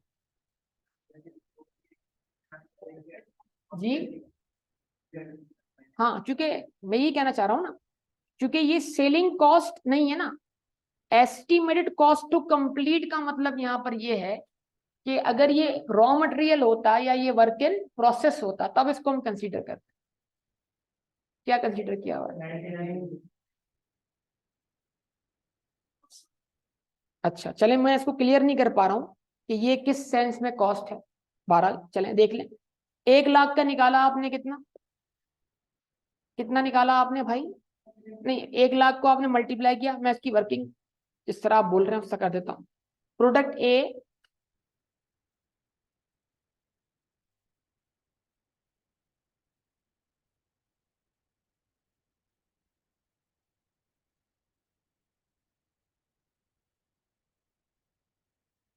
अच्छा प्रोडक्ट ए क्या है, उसकी कॉस्ट क्या है? 1,00,000।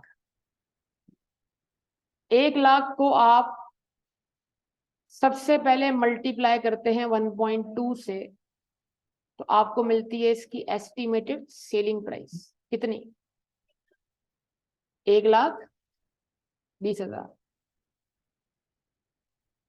उसमें से आप लेस करवाते हैं 1,20,000 का 5%, कितना? 6,000। और फिर आप जो कह रहे हैं 1,00,000 का 15%, कितना? 15,000।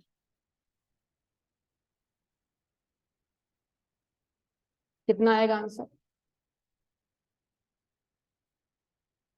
99,000।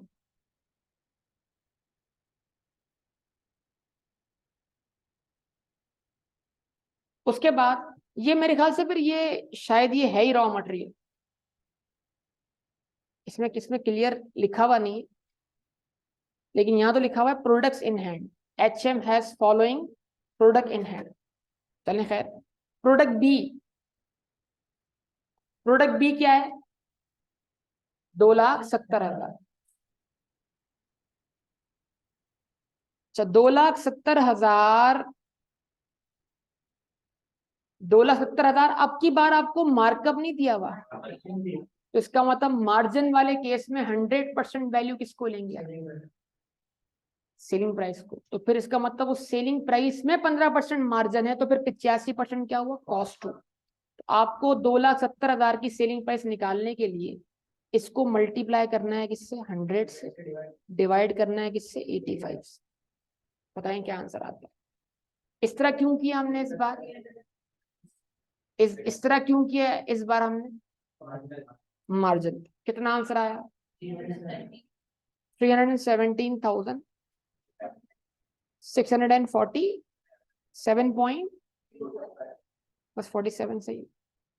फिर एस्टिमेटेड सेलिंग एक्सपेंस कितना दिया है इसका? 3%। अच्छा जी, अब 3,17,000 सेलिंग एक्सपेंस आप किसका परसेंटेज बना के ले रहे हैं? सेलिंग प्राइस का। याद रखिएगा, अगर सेलिंग एक्सपेंस का परसेंटेज दिया हो, सेलिंग एक्सपेंस का परसेंटेज दिया हो, लेकिन ये ना बताया गया हो कि सेलिंग एक्सपेंस किस वैल्यू का परसेंटेज, तो आपने उसको हमेशा सेलिंग प्राइस का ही क्या मानना है? परसेंटेज मानना। तो 3,17,647 मल्टीप्लाइड बाय 0.03 कितना आ रहा है? 9,529।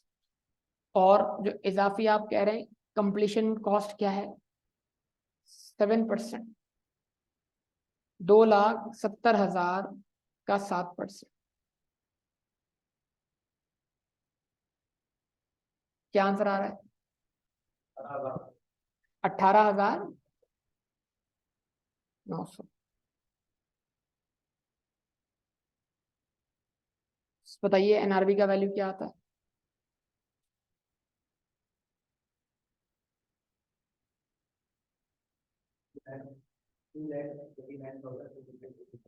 289,000 218 2,89,218। अच्छा, अब 2,70,000 कॉस्ट है और 2,89,218 इसकी क्या है? एनआरबी। तो कॉस्ट कम है, एनआरबी ज्यादा।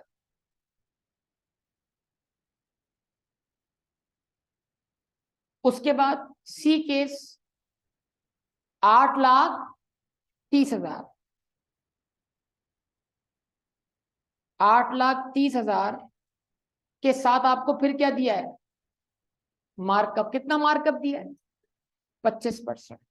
क्या करेंगे आप? इसकी सेलिंग प्राइस निकालने के लिए इसको मानेंगे आप 100 और सेलिंग प्राइस को मानेंगे आप 125। इस तरह लिख सकते हैं आप 125 डिवाइडेड बाय 100। क्यों?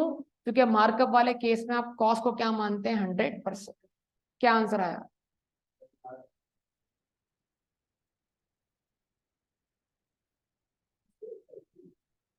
$1,37,500 माइनस करवाएं क्या? सेलिंग एक्सपेंस 1,37,500 का क्या निकाला आपने? कितना परसेंट निकाला? 6%। 62,250। और फर्दर जो कॉस्ट है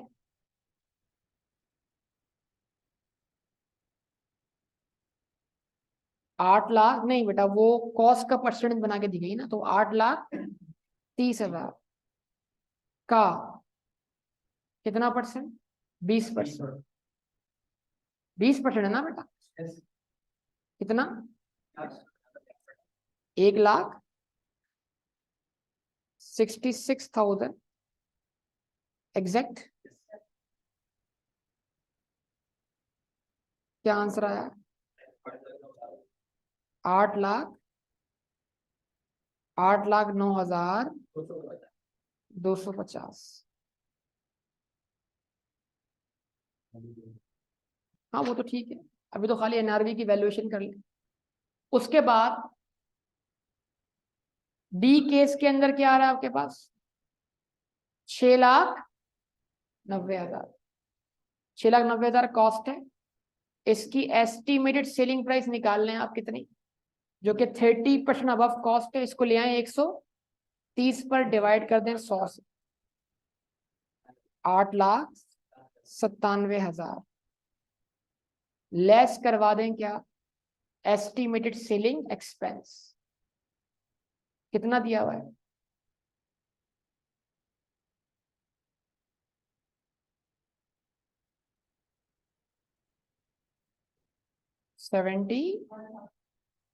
760। उसके बाद जो कॉस्ट है 6,90,000, उसका कितना परसेंट जो है estimated cost to complete sale है? 22%।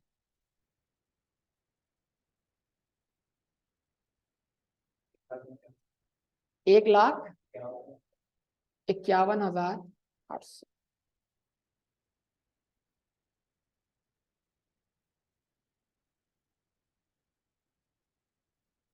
क्या आंसर आया?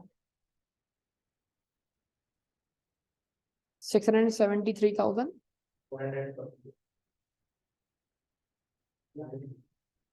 6,73,500। उसके बाद नेक्स्ट वन, 5 लाख कॉस्ट है, 50% क्या है? मार्जिन। मल्टीप्लाई बाय 100 कर दें, डिवाइड बाय 50 कर दें, क्या आएगा? 10 लाख।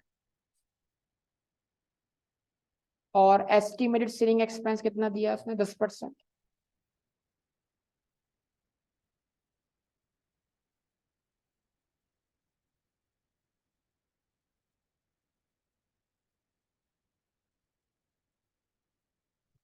और 5 लाख का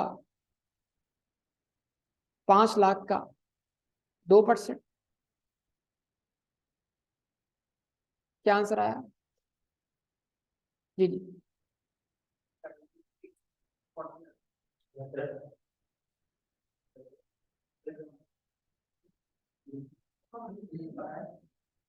चलो ठीक है, ओके। ये आंसर क्या आया? 800। ठीक है जी। अब इसमें बारी बारी आप देख लें, लोअर क्या आता है? लोअर क्या है? एनआरवी। तो लोअर ऑफ कॉस्ट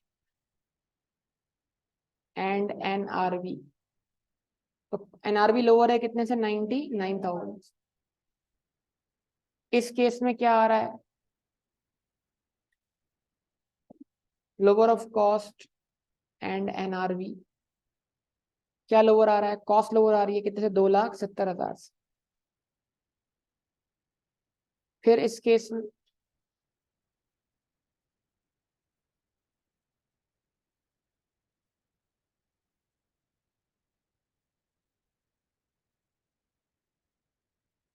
क्या लोअर आ रहा है?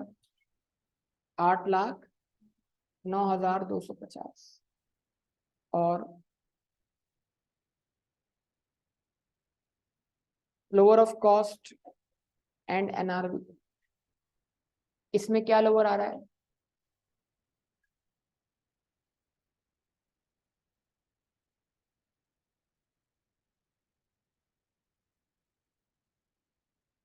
और उसके बाद lower of cost and NRV, यहाँ कॉस्ट क्या आ रही है? लोअर आ रही है कितने से? 5 लाख से। तो अगर आप इनको अलग अलग करके वैल्यू करते हैं पांचों प्रोडक्ट को, तो जो क्लोथिंग स्टॉक जाएगा एसएफपी में, वो इन सब का क्या होगा? सम होगा। तो सम निकालने कितना बनता है? सम की वैल्यू निकालने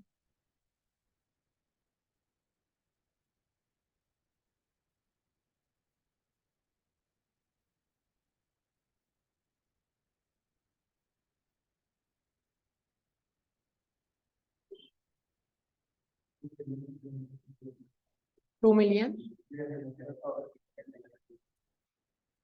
2,351,690। ये किस बेसिस पर है? Individual basis. ठीक है ना? लेकिन एक और तरीका भी है, सबकी कॉस्ट का सम और सबकी एनआरबी का सम। उसमें क्या होगा? उसमें नुकसान ये कि एक प्रोडक्ट का लॉस दूसरे प्रोडक्ट के गेन से क्या हो जाएगा? कंपनसेट। फिर इंडिविजुअली वो लॉस आइडेंटिफाई नहीं हो पाएगा। ठीक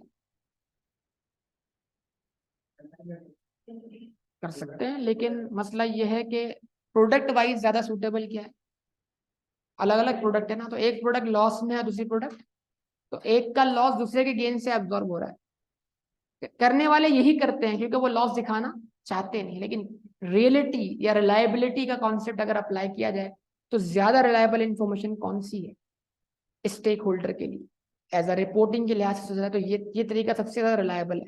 लेकिन IS2 परमिट करता है इस बात को कि हम टोटल करके भी क्या कर सकते हैं, दो कॉलम में से किसी एक कॉलम की वैल्यू को चूज कर सकते हैं जो दोनों में से क्या हो, लो हो।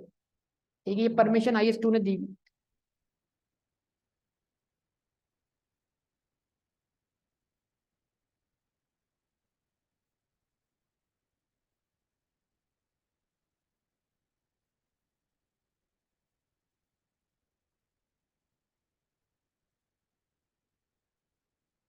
हाँ जी, अगला सवाल देख लें क्या लिखा हुआ है। Marfani and company has purchased goods costing rupees 100,000 at the start of 2001. However, the goods remain unsold for 5 years and estimated selling price and estimated cost of realization were as follows at the end of each year. क्या मतलब इस बात का? हर साल क्या हो रहा है? आपको सिचुएशन समझ में आई? नहीं सर। पहला पॉइंट मैंने आपको लास्ट क्लास में बताया था, इन्वेंट्री के लिए जरूरी नहीं है कि वो विद इन 12 मंथ्स क्या हो, सेल हो। इन्वेंट्री पहली बात यह है कि रहेगी क्या, करंट एसेट रहेगी। और वो इन्वेंट्री कोई बिल्डिंग भी हो सकती है अगर आप बिल्डर हैं तो। और इस तरह की इन्वेंट्री बिकने में more than one accounting period भी ले सकती है। अब कॉन्सेप्ट क्या है कि एक इन्वेंट्री है, गुड्स हैं जिनकी कॉस्ट कितनी है, 1,00,000 रुपए। ठीक है जी, जिस डेट पर आपने उनको बाय किया है, साल के स्टार्ट पर, कौन से साल के स्टार्ट पे बाय किया, 2001 के स्टार्ट पे बाय किया है, तो जनवरी 1 2001 को इसकी एस्टिमेटेड सेलिंग प्राइस कितनी है और एस्टिमेटेड सेलिंग एक्सपेंस कितना है? आप सबसे बात कर रहा हूं, बताओ कितना है, कंफर्म? ओके। अब जाहिर सी बात है परचेस करते वक्त तो हमने कंसीडर नहीं करना, हमने 1 जनवरी को इसकी एंट्री बनाई, क्या, परचेजेस डेबिट 1,00,000 से, कैश बैंक जो भी एंट्री बनाई हो, या इन्वेंट्री डेबिट या अकाउंट पेएबल क्रेडिट, तो इस डेट पर तो हमने NRV कंसीडर ही नहीं करी। अब हम आए पहले साल ईयर एंड पर, यानी मतलब साल के स्टार्ट पे खरीदी हुई इन्वेंट्री पहले साल के एंड पे भी क्या है, अनसोल्ड है। उस वक्त इसकी ईयर एंड पर एस्टिमेटेड सेलिंग प्राइस क्या थी और को सेलिंग एक्सपेंस क्या था, 15,000। तो अगर आप 1,35,000 में से 15,000 क्या कर देंगे, माइनस कर देंगे, NRV कितनी आएगी? तो जो पहला साल एंड हुआ है उस साल पर इसकी कॉस्ट कम है और NRV ज्यादा है, तो आपने इस साल इसको क्लोजिंग स्टॉक के तौर पर किस पे वैल्यू किया होगा, कॉस्ट पर। इसका मतलब आपने इस साल NRV कंसीडर ही नहीं की। अगला साल आ गया, अगले साल के एंड पर दोबारा से ये प्रोडक्ट क्या है, अनसोल्ड है। और जब ईयर 2 पर अनसोल्ड है तो क्या वैल्यू आ रही है, 1,00,000। 1,00,000 में 10,000 का करें, माइनस करें 90,000। सुनिएगा आप बात, इसका मतलब दूसरे साल के एंड पर NRV लोअर है और कॉस्ट ज्यादा है। तो अब आपने इसको 1,00,000 रुपए के ऊपर वैल्यू करने के बजाय 90,000, इसको अगर आपको समझना है तो सिस्टम आसान कर लेते हैं। सिस्टम अज्यूम कर लें परपीचुअल, परपीचुअल से आपको ये सारी कहानी एक टी अकाउंट की शक्ल में समझ में आ जाएगी। पीरियोडिक में नहीं समझा रहा मैं इसको, कितना समझा रहा हूँ, क्योंकि उसमें इन्वेंट्री का बैलेंस क्रिएट होगा, उस पे NRV लॉस की एडजस्टमेंट आती रहेगी और वो एडजस्ट होता रहेगा। देखिए एक टी अकाउंट बनाते हैं सिर्फ इस इन्वेंट्री के रिकॉर्ड को चलाने के लिए, बनाया सब लोग टी अकाउंट?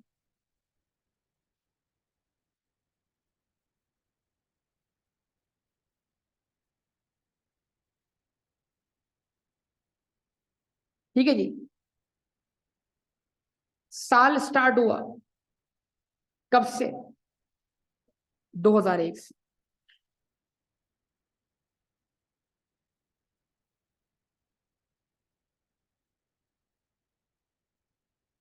ठीक है जी। अच्छा, अब यहां पर क्या है, 1 जनवरी, 1 जनवरी एंट्री बनी, हमने कितने की भाई की, 1 लाख एंट्री बनाई, इन्वेंट्री अकाउंट डेबिट किया 1 लाख से। इस अकाउंट में ऑब्वियसली और इन्वेंट्रीज भी होंगी, लेकिन ये समझाने के लिए सिर्फ इसको दिखाया जा रहा है।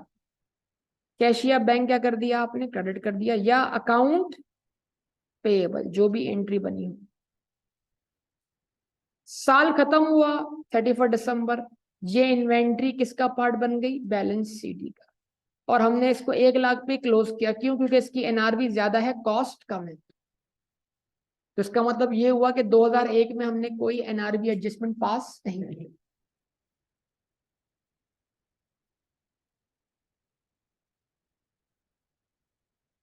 अगला साल शुरू करते। 1 जनवरी 2002 को हमने इसको बैलेंस बीडी किया, कितने पर, 1 लाख पर। यानी इन्वेंट्री का जो बैलेंस बीडी होगा उसमें इन्वेंट्री कितनी कॉस्ट पे मौजूद होगी, 1 लाख पर।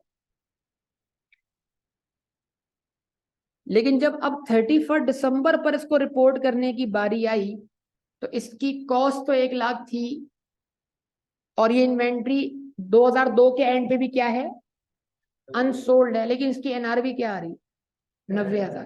तो अब हमें क्या करना चाहिए, इस 1 लाख में से इसको 10,000 से रिड्यूस करके करना चाहिए 90,000। तो हमने 31 दिसंबर को एक एडजस्टमेंट पास की, COGS debit inventory account credit कितने से, 90,000 से, सॉरी 10,000 से। तो ऑटोमेटिकली 31 दिसंबर को इसका बैलेंस सीडी कितना बचा, 90,000। एसओएफपी में कितना गया, 90,000।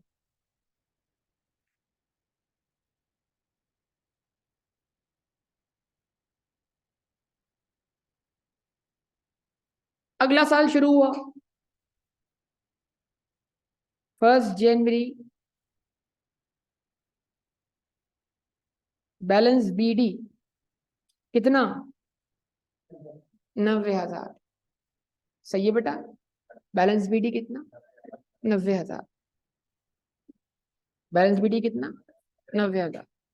अब इस साल के एंड पे एनआरवी कितनी आती है,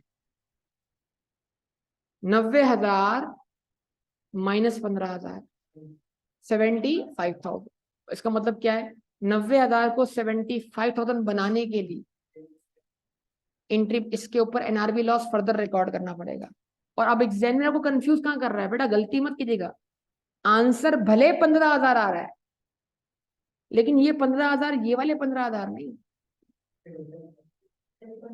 आपने 90 में से 15 निकालने, एनआरवी आएगी, एनआरवी के मौजूदा बैलेंस को कंपेयर करना है बैलेंस सीडी से या बीडी से, जो भी है आपके पास। तो डिफरेंस क्या बन रहा है आपका, एनआरवी लॉस बन रहा है। तो 15 और 15 इत्तफाकन आ रहा है। अगर यहाँ पे 95 लिखे होते ना, तो फिर लॉस 15 का नहीं आता। इस 15 से आप कंफ्यूज ना हो कि आप ये तय कर लो जो 15 यहाँ लिखा हुआ आ रहा है, जो 10 यहाँ लिखा हुआ आ रहा है, वही लॉस बन रहा है, नहीं। क्योंकि एग्जामिनर ने सेलिंग प्राइस जो है ना पिछली एनआरवी के बराबर रख दी। ठीक है जी। तो हमेशा इसको डिफरेंस के तौर पे लेना है आपने। तो इसका मतलब 2003 के एंड पर 31 दिसंबर को लॉस कितना आएगा, 15,000 का। ये एक और तरीका है बड़ा सिंपल सा, वो क्या है, आप 31 दिसंबर पे लिखें बैलेंस सीडी, और बैलेंस सीडी एनआरवी के बराबर होना चाहिए। आपने बोला सीडी होना चाहिए 90 माइनस 15, कितना, 75। आपने कहा मुझे बैलेंस सीडी 75 चाहिए, लेकिन मेरे पास बैलेंस है कितना, 90 का। 90 को 75 बनाने के लिए इन्वेंट्री की वैल्यू कितने से कम करनी है, 15,000। ठीक है जी। तो ये भी गया कहां पर, कॉस्ट ऑफ गुड्स सोल्ड। अगला साल शुरू हुआ,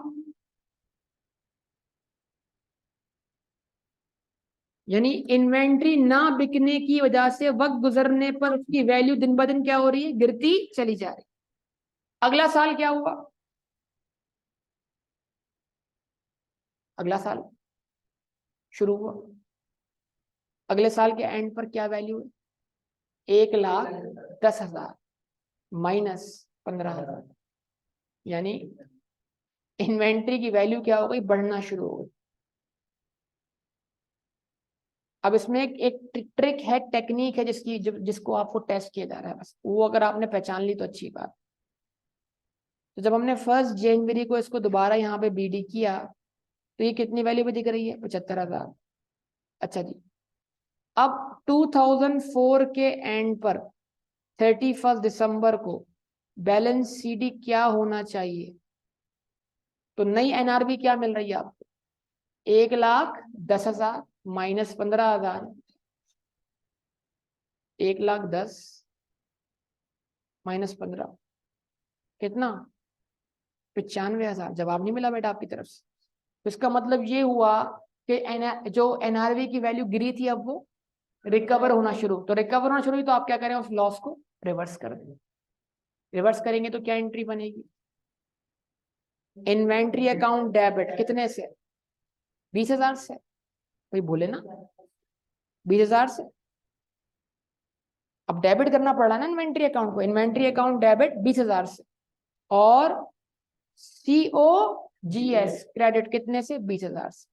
ये एंट्री कब बन रही है? 31 दिसंबर, जिसकी वजह से आपका जो आंसर है वो 75 से दोबारा क्या बन गया? 95 बन।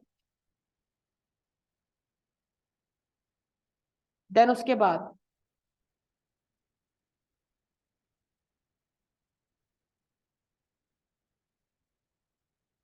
टू 2005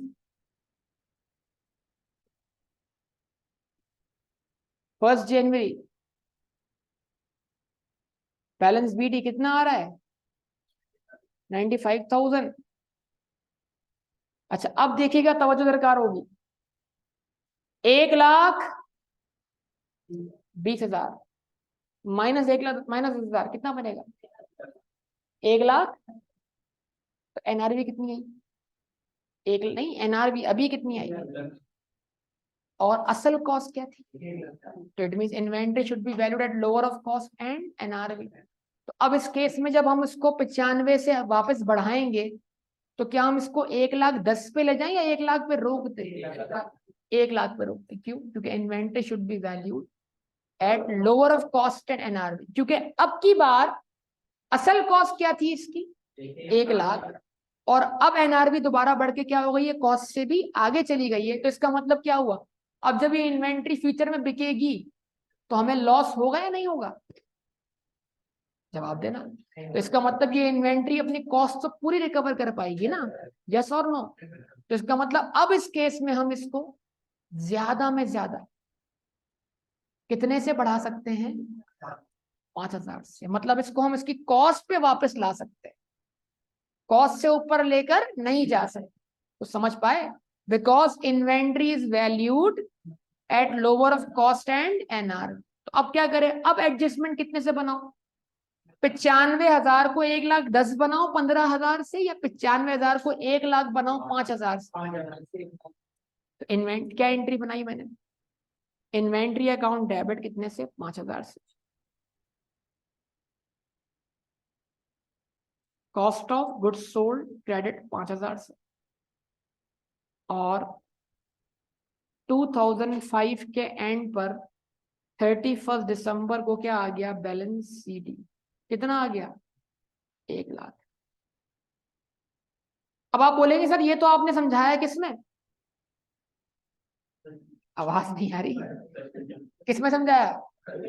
कोई मसला ही नहीं, पीरियोडिक में समझ लें।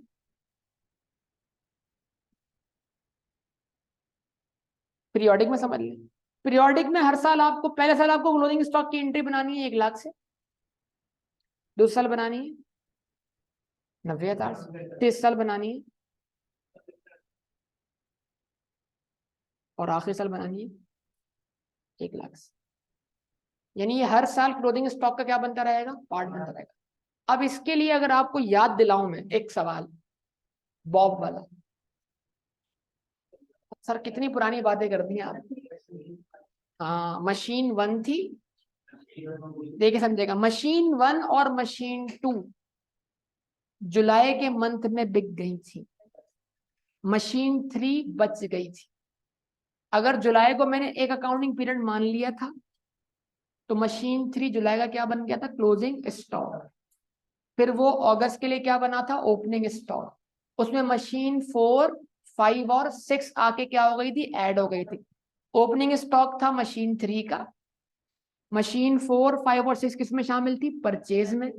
गोडाउन जब जाके देखा आपने तो मशीन 4 और 5 बिक चुकी थी, 3 और 6 स्टिल बाकी थी। मतलब 3 लास्ट ईयर क्लोजिंग स्टॉक बनी थी, इस साल किस में शामिल थी, ओपनिंग स्टॉक में। लेकिन अगर 3 वापस से क्या है, क्लोजिंग स्टॉक है, तो उसको फिर से शामिल कर लें किसमें, क्लोजिंग स्टॉक में। क्यों, क्योंकि वो ओपनिंग स्टॉक और परचेज के सम में से क्या हो जाएगी, लेस हो जाएगी। 4 मशीन की कॉस्ट थी ना ओपनिंग स्टॉक, 3 मशीन की कॉस्ट परचेज में, तो जो टोटल सम आया वो कितनी मशीन की कॉस्ट होगी, 4 मशीन की। उसमें से आपने मशीन 3 की कॉस्ट और मशीन 6 की कॉस्ट दोबारा किसमें शामिल कर ली, क्लोजिंग स्टॉक। तो वो 2 कॉस्ट अलग होगी, बाकी 2 कॉस्ट क्या बन गई, कॉस्ट ऑफ गुड्स सोल्ड बन गई। तो इसका मतलब हो क्या रहा, अगर आप पीरियोडिक सिस्टम समझना चाह रहे हैं तो क्या होगा, ये लाख रुपए अगले साल का बनेंगे ओपनिंग स्टॉक, लेकिन लेस होंगे बतौर क्लोजिंग स्टॉक के कितने से, 90,000 से। तो इसके 10,000 रुपए कहाँ रह गए, कॉस्ट ऑफ गुड्स सोल्ड। ये अगले साल ओपनिंग स्टॉक का पार्ट बनेंगे 90,000 से, लेस होंगे बतौर क्लोजिंग स्टॉक 75,000 से। इसके 15,000 कहाँ रह गए, कॉस्ट ऑफ गुड्स सोल्ड में।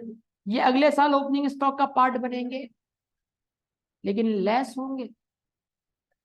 तो अब क्या हुआ, कॉस्ट कम है, लेस ज्यादा हो गया, तो कॉस्ट ऑफ गुड्स सोल्ड क्या हो गई, कम हो गई, प्रॉफिट क्या हो गया, बढ़ गया। ये अगले साल ओपनिंग स्टॉक का पार्ट बनेंगे कितने से, 95,000 से, लेकिन लेस होंगे बदर क्लोजिंग स्टॉक।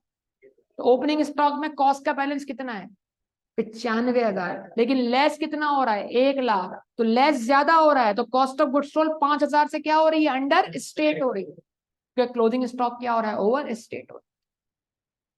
तो पीरियोडिक सिस्टम में आपने कुछ भी नहीं करना, सिर्फ हर साल जो क्लोजिंग स्टॉक की वैल्यू है lower of cost and NRV, उनमें से किसी एक पर क्या बनानी है, डबल एंट्री। तो इसका मतलब एक ही स्टॉक की कितनी बार एंट्री बनाई हमने, 5 बार। यानी यही इन्वेंट्री क्लोजिंग स्टॉक के तौर पर पीरियोडिक सिस्टम में हर साल क्या होती रही, ओपनिंग स्टॉक में से अलग होकर क्लोजिंग स्टॉक का क्या बनती रही, पार्ट बनती। पहले साल तो परचेज में होगी, लेकिन अगले 3 सालों में वो कहाँ होगी। लेकिन जब ओपनिंग स्टॉक वाली इन्वेंट्री बिकी ही नहीं है तो उसे कहाँ होना चाहिए, क्लोजिंग स्टॉक। तो फिर जो डिफरेंस ऑफ वैल्यू होगा वो किससे एडजस्ट हुआ, कॉस्ट ऑफ गुड्स सोल्ड से। और एनआरबी लॉस आता रहा, वो चार्ज होता रहा, या एनआरबी लॉस रिवर्स होता रहा, उससे आपका ग्रॉस प्रॉफिट क्या रहा, बढ़ता रहा। आया समझ में या नहीं, देख ले, सोच ले, आ गया।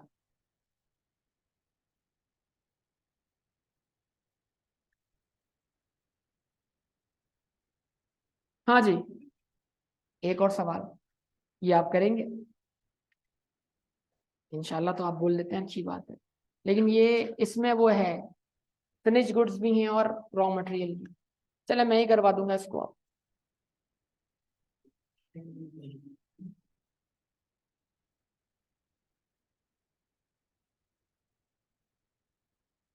इधर भी रॉ मटेरियल आ रहा है।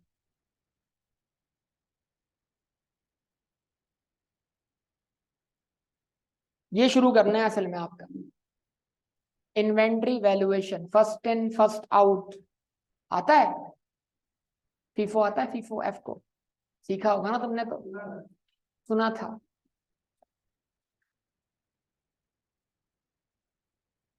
चले इसको स्टॉप करते हैं।